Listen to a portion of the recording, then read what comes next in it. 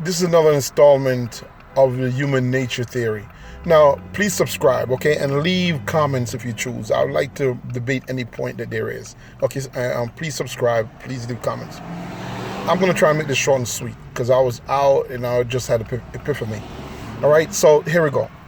Now, with the human nature, why I said that people can't change, again, we was talking about environmental human nature and human nature that's nature itself.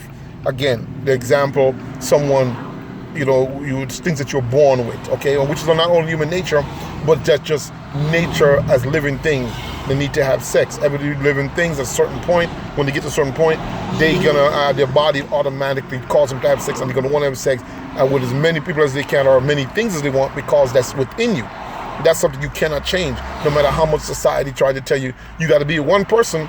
Your nature, which you're born with, says no, that you will go out and you're going to have sex. Anytime you see somebody that's sexy or whatever, no matter if you're married, if you're in a relationship, you're going to find the person sexy and really you're going to find it appealing, and your body going to want to have sex with that person. Your mind will say no because society says no, don't do it, you're in a relationship. So that's the human nature. That's nature that you can't change. You can act different. You can control it, but you can only control it to an extent. Because if you're trapped on a desert island with this person, you don't know if you're going to get off or whatever. You guys are going to start getting attracted to each other, and you're going to end up having sex because you're both going to be horny. That's the fact. And whether you were married and everything before, because your body is going to call, and your body is going to or human nature is inside of you that you were born with to have sex is going to override that, and you're going to have sex with that person because you're trapped on a desert island. It's only you guys. You've been there for 2 years, whatever. Finally, you can't control it no more. That's what's uncontrollable. The environmental human nature is now is things that's imprinted on your psyche from your environment. For example, again, if you're born in a household that says, don't like fat people, whatever, and for years, this is what you're taught. Fat people this, fat people that, fat people that, and you just don't like fat people or race or colored people or whatever, okay? So now you come out into society and you change your environment. You figure you change your environment, that person has changed, right? No, you can take the person out of the environment, but you can't take the environment out of the person. So you're working with someone in a job, okay, and say this person is fat and you guys are friends and you're this and that, but really, you put it away. Oh, and fat people are cool. That's what you say to yourself and everything like that. But guess what? One day this person does something to you or stab you in the back, tell on you, whatever. And all of a sudden it pops out, oh, that fat mother. And you just say, and all of a sudden, I hate this, I hate fat people. And boom, it comes out. Because it is still inside of you. It is still deep inside of you. And now your true nature, your environmental true nature comes out, because that's how you were imprinted. Because remember, you was born with a blank slate, and everything you learn will learn from your environment and society over time.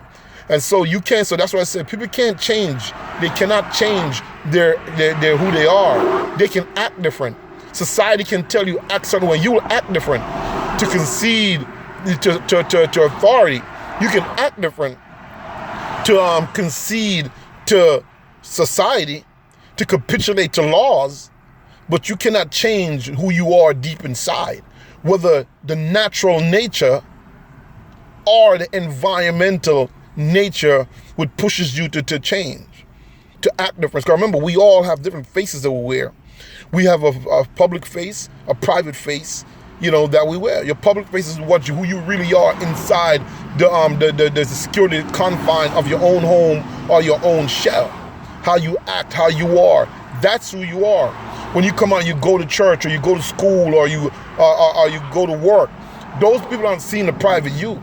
They're seeing the society you. That's a societal face that you're wearing. So they see you. So that's why when people murder people, they're like, oh, he's always a nice guy, like I said before. Why? Because they didn't see the private person. They only saw the public face. And that's why people can't, and that's why I said people cannot change. They can act different. Because remember, love and hate is the same thing. They're just two different sides of the same coin. Okay? When you love somebody, you refuse to see the bad in them. And when you hate somebody, you refuse to see the good in them. That's what I'm talking about. Okay? So That's why people cannot change who they are. They can act different. I'm not saying they can't act different. And somebody can act different for 10 years, 15 years, 12 years, but put into the right situation, they will always revert to who they are, to what's ingrained in them. And it cannot be overwritten. That's a source code that cannot be overwritten. Remember that. That is my philosophy. That is my thinking. Okay, next time I'm going to start off with a little poetry because, of course, you know, this channel is also poetry. All right? So, we're going to... we could always come back to the human nature topic anytime, but next month we're going to go on to something else, maybe something that kind of link it, but a little different. Maybe society, maybe religion, maybe God. We'll talk about that. That's interesting. All right. Peace. Remember, subscribe. Thank you.